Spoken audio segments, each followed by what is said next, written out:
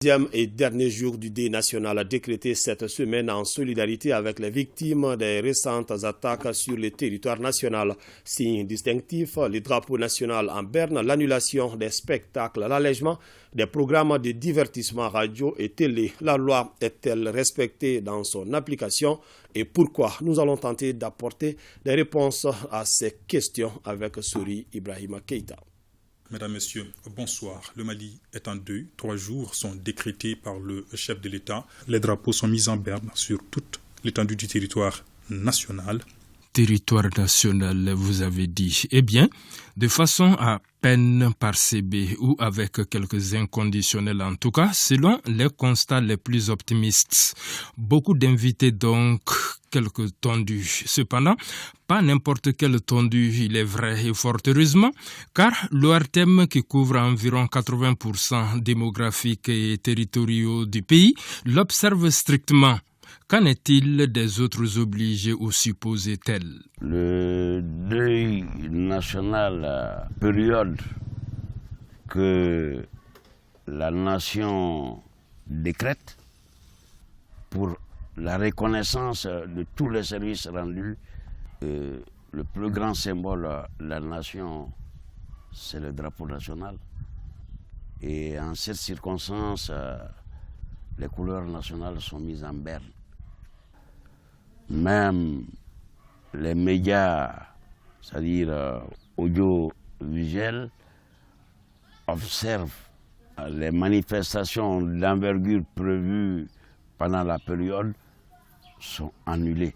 Nous sommes un pays des radios de proximité et cette diversité fait que les initiatives deviennent individuelles. Contrairement à ce que peuvent penser certains, un média, bien qu'il soit privé, est investi d'une mission éminemment publique, j'allais dire de service public. À ce titre, pendant les périodes de deuil national, nous faisons appel à notre mission, à notre devoir de se positionner comme étant le creuset de l'unité nationale. C'est pourquoi, bien que notre statut soit privé, nous nous imposons l'observation ou même l'observance de ce deuil national qui est décrété par les plus hautes autorités du pays. En ce qui concerne l'arrêt des émissions récréatives ou des émissions musicales, on constate que majoritairement, beaucoup de radios ou beaucoup de télévisions n'observent pas cet aspect. C'est vrai aussi que la symbolique échappe à beaucoup. Ceci nous amène encore au civisme,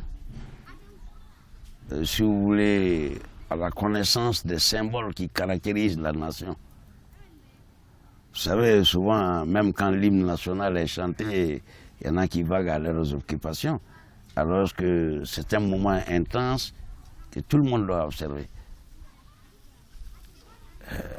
Comme aujourd'hui, nous sommes dans une société tellement liberticide, il y en a qui n'ont cure les symboles de la nation.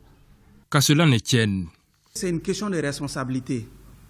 En imposant ce deuil national, ça peut créer une situation, en tout cas, de résistance. Pour nous, le deuil national, c'est un moment de grande responsabilité.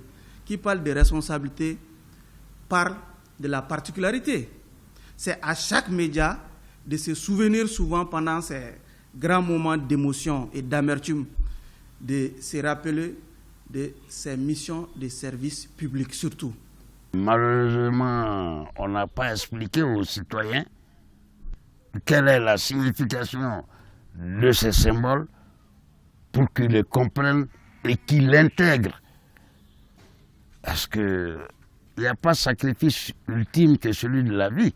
L'appel que nous avons à leur lancer, quand une telle décision est prise sur l'ensemble du territoire national, les médias doivent se conformer à ces moments de douleur qu'une nation a.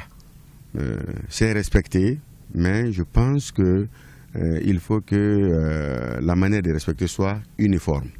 Les structures de la régulation des médias ont-elles jamais fouiné dans la grande poubelle de de la non-application d'une loi qui, quoi qu'on dise aujourd'hui, roule non pas à deux, mais à plusieurs vitesses dans la même République?